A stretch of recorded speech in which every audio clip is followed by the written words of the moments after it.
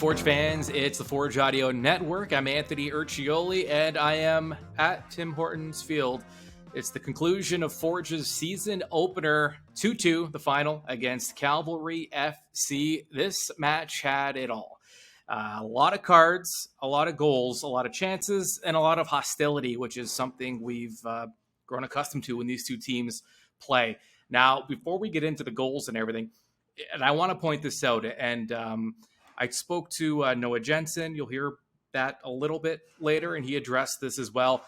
Cavalry came in with a game plan, and that was to slow the game down as much as possible. And just if you need proof of that, the second half, 7 minutes of added time was tacked on because of some of the, I'll call them antics. I mean, at the end of the day, that's what they were. Cavalry trying to slow the game down, trying to frustrate Forge. It was a hot day. And you could see the frustration boiling over, but a lot of players just kind of dropping and going down. And when there wasn't really any contact anywhere behind the play, one player would fall, and then behind the play, another player would go down. Clearly a tactic Cavalry came in with. And to their credit, I mean, it's within the rules. They did what they needed to do, and they got the result they probably wanted on the road. I said this coming into this match. Cavalry, the best club in CPL history to not have won a championship. They always have that chip on the shoulder, especially when they play against Forge.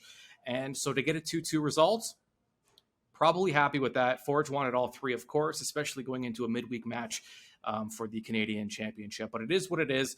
And Forge had to this was a gritty one. Forge had to overcome a lot of antics, and they had to overcome a deficit as well. Starting the scoring, it was Bevan for Cavalry. He put Cavalry up 1-0. That was at the 36th minute mark. And if you're a Forge fan, you had that because Forge, up to now, they have not won a season opener yet in the CPL. The Dynasty Club, the champions, they haven't been able to win an opener. So for whatever reason, the trend continues as they open the season with a draw. Cavalry went up early, 36th minute, and so Forge forced to play catch-up.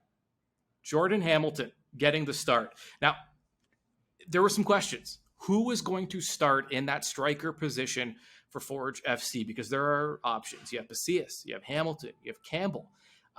Just an embarrassment of riches for Forge FC in that striker role. Hamilton got the nod, he got the start, and he scored one of the most clinical penalties you will ever see. He knew what he was doing the whole way. The keeper knew exactly what Hamilton was going to do, and it didn't matter. He still scored. That's how you know he's a pure goal scorer. And that was in the 41st minute. It was 1-1. We were getting close to half, and then things started ramping up. Rama got a yellow. Bevan, the goal scorer for Cavalry, got a yellow for taking down Tristan Henry. And then you went into half, and the second half, much different than the first. Like I said, Cavalry changing things up a little now. And they started the game, by the way, with a 4-4-2, not what Forge was expecting. And Bobby Smirniatos talked about that, and you'll hear him shortly. Forge, though, caught off guard a little bit, not expecting the 4-4-2. Cavalry came in with a very interesting game plan. Second half, though, their tactics for Cavalry were very clear. We are going to draw this game out. It's going to go at a snail's pace because they knew Forge wanted to play an up-tempo style. And Forge was not able to do that because Cavalry was just every chance they got, whatever it took to stop play and to slow things down, Cavalry took full advantage. Second half started out for Cavalry with a yellow card. Daly got that one. And then Cantave put Cavalry up 2-1 in the 64th minute. Forge again needing to battle from behind. As frustrating as this game was, you add deficits on top of that, and the mountain gets a little steeper. Some changes after that. Kwesi Poku, we'll talk about him in a moment. He came out of the game. Ashton Morgan replaced him. It was a triple switch. Morgan came in, Taron Campbell came in for Sissoko, and then Pacias came in for Jordan Hamilton. So Forge now with a new look offense a little more on the attack, a little more on the front foot, more attackers in general. And again, the bevy of cards continued. Chouanier got a yellow in the 74th minute, but 2 minutes later, who else? Noah Jensen delivers. He played last year. His first year in the league, he got some significant minutes and significant playing time. But when you're playing for a championship club with a deep midfield, things get crowded. And sure enough, Jensen got his opportunities. He made the most of them, and he did it again today. He got the start today, and then he tied it up with a left foot in the 76th minute, 2-2. Forge would make a sub. A few minutes later, Matusala would come on for Noah Jensen, so Jensen getting the rest of the match off. And that would be the end of the scoring. 2-2, your final. Jensen spoke post-game. So did Bobby Smirniotis. So first, let's send it down, and let's hear what Bobby had to say. Yeah, I think early in the season, you want your strikers scoring goals. You want them doing what they're there to do, wherever that comes from. You know, sometimes I talk to the guys, it's going to go off of the back of your head and in, but the stats will show a goal. So every attacking player, I think, is great for their confidence. We know we have an abundance of players up top. We've obviously got 3 games to start the season, and we got to make sure we manage that early in the year. We're a very healthy group right now, and we want to keep it that way. Thoughts on Kwesi Bogu? Obviously got to start at left back today. Looked to be involved. Your thoughts on his play? Yeah, I thought he was good. I thought he was solid in most of his stuff. He can probably provide a little bit more for the group going forward in the attack, and once he opens himself up and does that, and it happened in the second half in about 15-20 minutes before he was subbed off. I thought he did some better things moving in behind, and you know, he's a young player, but he's got a bright future. He's just got to keep up you know, some of these things that we're asking from him, and if he does that, a lot of good results will come from what he's doing on the pitch. Bobby, you guys concede twice, but both times, so you battle back pretty quickly within 10 minutes or so. You find an equalizer. You got to be happy with the way that you're able to respond and maybe shift gears at certain times in the game. Yeah, I think we play this game to score goals, so it's not something that phases us for the ball to go into the back of our net. You know, we've been consistent as a group over the years. We want to make sure we do that, but at the same time, it's something that you have to prepare for as a team. You're playing, you're part of sports, you know, it's the whole point of the game is for somebody to score points, score goals. So you have to be prepared for that mentally, and that's something we talk about a lot in training. It's just leaving that to the side and getting back to what we need to do, because, you know, both of those goals kind of come from a little bit of a down period of ours, and I think that's something we just need to look at, and that's the beauty of these first games of the season. Noah Jensen was rewarded with the goal, obviously, but you've had him in here since, I guess, last February. How have you seen him kind of progress from where he was at this point last year? Yeah, very good. I thought today he was excellent with his ball movement. Not only that, but the penetrating dribbles he had through the middle of the park and just being able to provide for us. And we know when, you know, he's given a little bit of space anywhere in and around the penalty area, either right or left foot, he's got the shot in him. So you know, that's something we know he has. So it's excellent for him and his confidence going forward. And that's obviously an important goal for us today. Is there anything, Bobby, that you felt was a shortcoming today that you didn't have any time to really react? You just got Tuesday.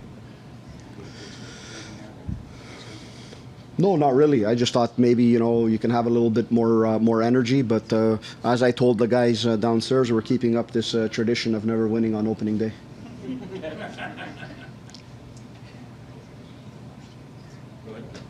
Coach, I know yesterday when we spoke, you know, I asked you about, you know, the reports of TP this quick and match like this. It seems like you started to get chippy before halftime. Do you say anything to you guys in the locker room just to keep your heads in it? Yeah, I think our heads were pretty good. I think there's other people on the field that are supposed to manage that whole situation. And today that situation can be managed very easily. But you look at the stats at the end of the game, and you know, it's on the yellow cards, and it really doesn't make sense to me. But that's not my job. My job is to get back to training tomorrow and to make myself better. And everyone else's job involved with this league is to get back to work and make themselves better. Coach Gobi, what can you tell us about James, number 5? You were able to keep him almost during the whole game. Yeah, about him, he's a quality player, that's for sure. You know, he's coming from a little bit of time off. For those who don't know, Manjakar was playing over in Ukraine, which wasn't the easiest situation, as we all know, being over there, and him coming back here. He's had an excellent preseason, but games is something that's important for him to get through, and he's a quality central defender, and he'll be a rock for us in the back. And you know, he showed that in many situations today, playing with Alex Janssen. But we have a lot of different combinations that we can use in the back, and that we will be using as we go forward. Do you think you ended up running out of time, bringing all the Campbell, making all those changes?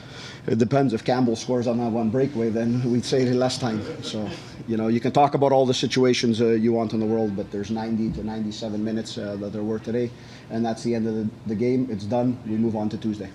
What can you say about Noah Jensen? Today he got a great game. Yeah, he's a quality player. Like I said before, obviously he's got a goal, but not only that, he was important for us. Kyle Becker, our captain, is out of the lineup today. And he's always somebody that you'll miss in certain games like this, but he stepped in and he's done an excellent job, and he will continue to do that this season. Well, I want to ask my follow-up, Coach. I know I've mentioned, of course, energy. You might want more energy, but overall, based on what you saw today, how do you rate your performance? Yeah, overall, you always want 3 points. You're much happier, especially for me, who's been fasting these last few weeks for Greek Orthodox Easter. It makes things a little bit easier going into midnight mass tonight. But it's early in the season. We know this is 28 games. I've talked about it in the past. Nothing gets settled today. Nothing has ever been settled on the first 2 weeks of a CPL season in any of the 4 years. That's something we know. But now we know more about our opponents, after this week. And I think that's very important, because going into this week, a lot of teams, including Cavalry, have changed quite a bit, from a roster and maybe what they're doing today. We saw a Cavalry team that lined up in a 4-4-2, a lot of times 4-2-3-1. 4-4-2 is not something you've seen from them in the previous 4 years. So that's something new. Today, we'll go back and we'll watch a game that was played a few hours before us and see what's new in those teams, and one in about an hour once I get downstairs. We'll start watching that one as well. And then everything starts to make a little bit more sense of where we're going with the season. You were surprised the way Cavalry approached the game tonight? No, I think Cavalry is a team that's comfortable to keep the ball, sometimes to keep the ball a little bit too close in their own half, and then not move forward with it. In that situation, I think we needed to be a little bit higher up on the pitch and just force them in situations. But they're a team that's always competing, and that's as the game went on. They're a team that's going to compete in each game that they play, especially when they play against Forge. I think it's the games they put their maximal effort in. Hopefully, they put maximal effort into the other games and tire themselves out a little bit. Bringing Hamilton on the first half, do you have any doubts on why you gave him the chance this time? No, you can't have doubts in a player if you're putting him into the field. Jordan has had an excellent preseason. He's been fantastic. He's been scoring in almost all of our friendly matches, along with the other guys as well. So today I can flip a coin and put a guy in there, and I'm confident with who's going in. And that's the tough job that I have. Each game, I can only put 11 players on the pitch to start the game, and I'm leading somebody that's quality off. But I think the guys have a great mentality when it comes to that, and they're prepared when their time comes to get on the field. Do you believe that he lasts only one half? No, Hamilton played for 65 minutes. I may be wrong. It's not the first thing that's in my head, but he's totally fine. But when you have players like Campbell, who's scored the most goals in this league's history, and Ruben Spacias, who's our leading goal scorer, on the bench, it's, I think, sometimes a wise thing to put them in the pitch. Bobby touched on it there. Kwesi Poku got the starts at left back, and he's a guy, big things are expected from Kwesi. Don't forget, he spent some time with the national team last year. Natural midfielder, though, asked to fill in that left back spot. And when you're playing for Forge, especially that left back position, it's not just about the defense, right? There's a lot of offense that come with that. And there are a lot of responsibilities on that wing. And a lot of times, Borges likes to drift inside, and then it's Poku's chance now to fill in for him. So he's got, when you're playing that left back spot, there's a lot of a tactical demand.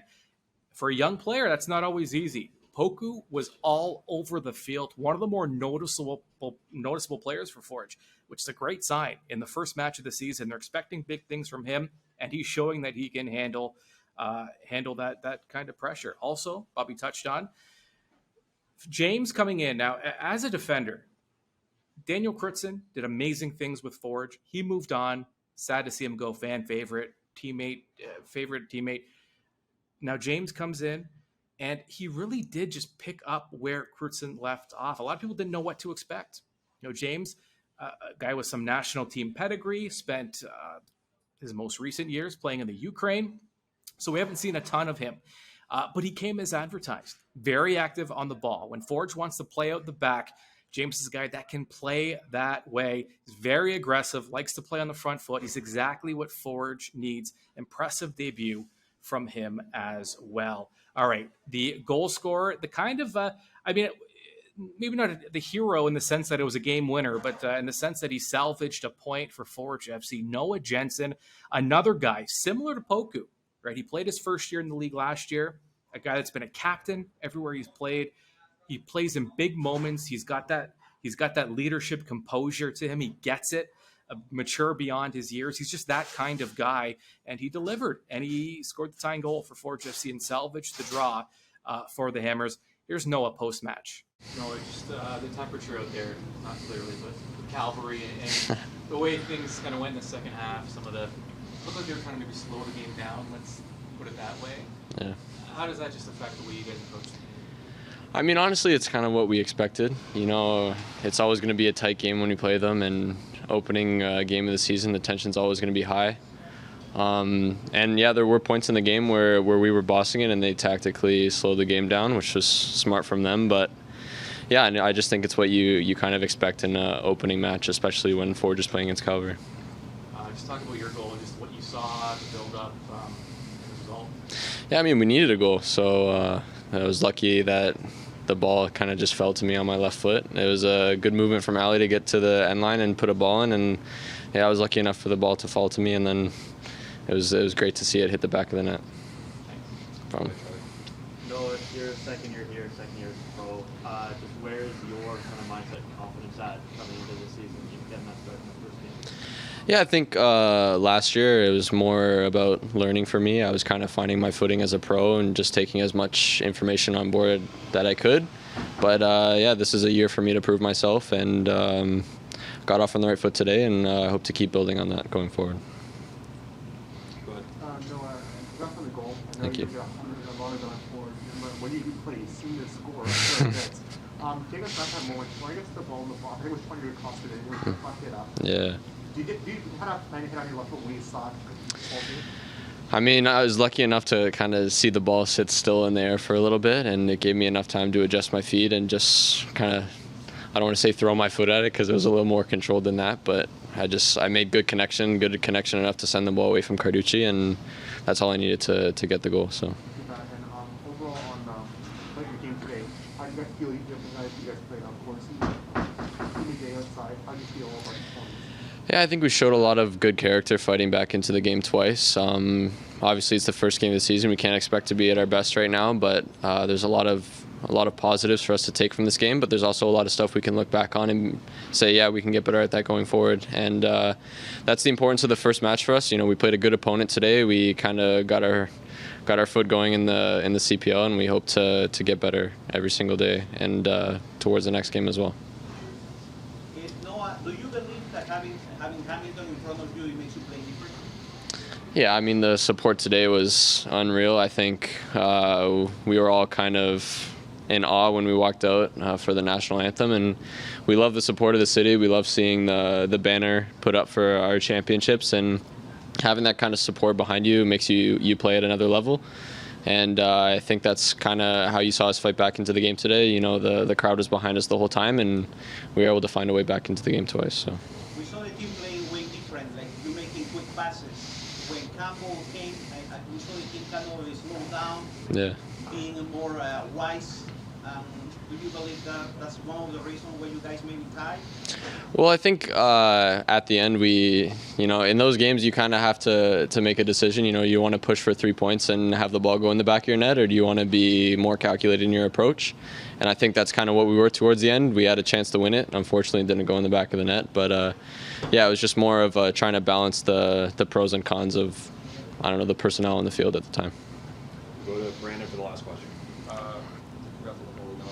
I think you scored a couple of similar ones in Oakland and there. Just wanted to ask how this sort of takes you guys into the league actually in this round, especially in the main championship. So it's one high knockout situation. So how today's result takes you guys into the Yeah, I mean, I think Even though, it's kind of scary having 3 games in 1 week to start the season.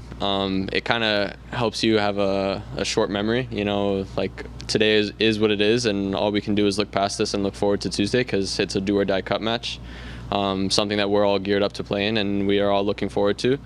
So yeah, regardless of the result today, I mean, a point was a fair result, but yeah, I think we've all moved on and we're looking forward to the match against Laval on Tuesday. Last one, Anthony. Yeah, just one last thing on Laval.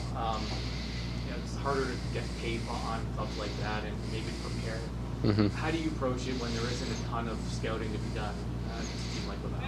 Yeah, I think in situations like that, you can really only focus on yourself. You can make sure you're doing the right things in preparation in hopes of maybe what they're going to set out as in terms of formation and personnel, but we're not really going to know. They're not a team that's played a lot of games so far, so yeah, I think the preparation for us is mostly just going to be looking at ourselves to be playing our best football on Tuesday night.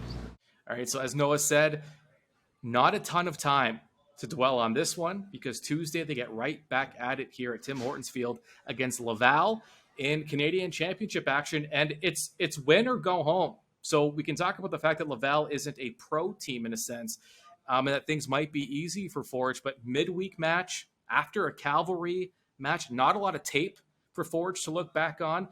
That makes Laval dangerous.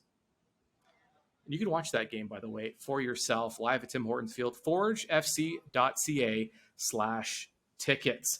All right, exciting action at Tim Hortons Field. Plenty to get excited about going into this season. A nice little taste of what's to come for Forge. So keep it locked onto the Forge Audio Network. If you're not following Forge on any of your social media channels, get on that now because there's plenty of content being delivered regularly. This is your official place for the reigning, defending, undisputed Canadian Premier League champions, Forge FC. So keep it locked, and we'll talk to you soon.